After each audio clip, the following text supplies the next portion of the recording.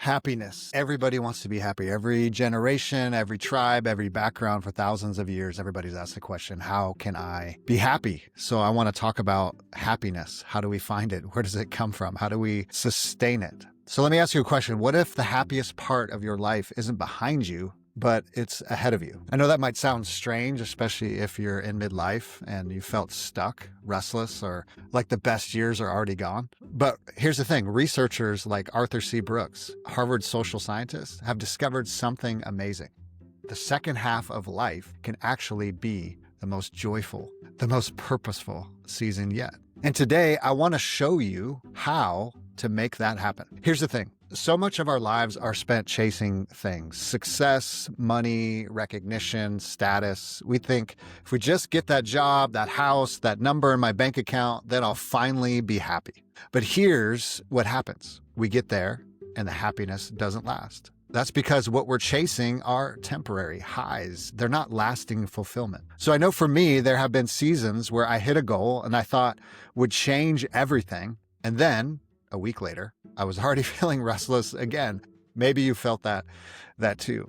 Well, here's the deal about happiness. Arthur Brooks says happiness really comes down to three ingredients: enjoyment, satisfaction, and purpose. So first, on the enjoyment front, this isn't just pleasure, it's joy that's shared with others. It's the laughter at the dinner table, the long walk with a friend, the creative hobby that fills you with life. And then secondly, satisfaction. This is the reward of setting a goal and achieving it, having something to live for, a purpose. Satisfaction matters, but here's the catch. It doesn't last forever. That's the arrival fallacy. The minute you arrive, the finish line moves. But third is also purpose. This is the deepest one. Purpose is knowing your life matters, that you're making a difference, that you're part of something bigger than yourself. Think about your own life for a moment.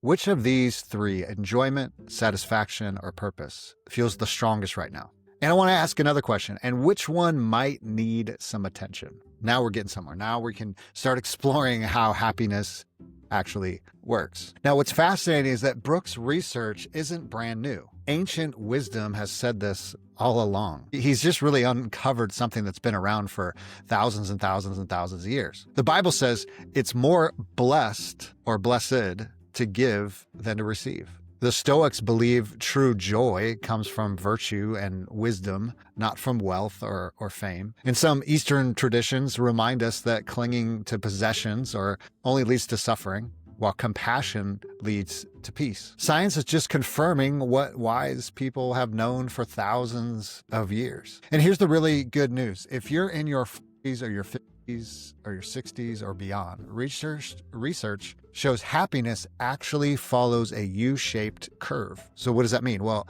we often bottom out in midlife. That's why so many people talk about midlife crises. But then something shifts. As we age, our values change. We stop chasing competition and we start valuing connection. We stop needing to prove ourselves. We get comfortable in our own skin. We start wanting to pass on wisdom. We just start living in this person that we are. We don't care about other people's opinions. And now I felt that dip in myself, wondering, is this all there is? Maybe you've asked that question yourself. But what I've learned is that the restlessness was actually preparing me for something better. It pushed me to ask deeper questions about what matters most. And those questions opened the door to some of the most meaningful work of my life. So how do we live this out? Let me give you 5 practical ways to rock your second half with joy and purpose and happiness. So first, invest in relationships, not recognition. At the end of your life, your resume won't hold your hand. People will. I remember a season when I was hustling hard. I was chasing projects and dreams and building nonprofits and businesses. But one night at a dinner with my kids, I caught myself just laughing with them. And I thought, this is what I don't want to miss. Call that old friend, schedule that family meal. That's where happiness lives. It's in relationships. Secondly, trade success for significance. Instead of asking, what can I achieve? Ask, who can I help? Some of the greatest joy I've experienced isn't from books I've published or businesses I've built. It's from mentoring someone and hearing later that conversation changed their lives. That's significance. That's lasting joy. That's where happiness is found. Third, practice daily gratitude. Gratitude literally rewires your brain.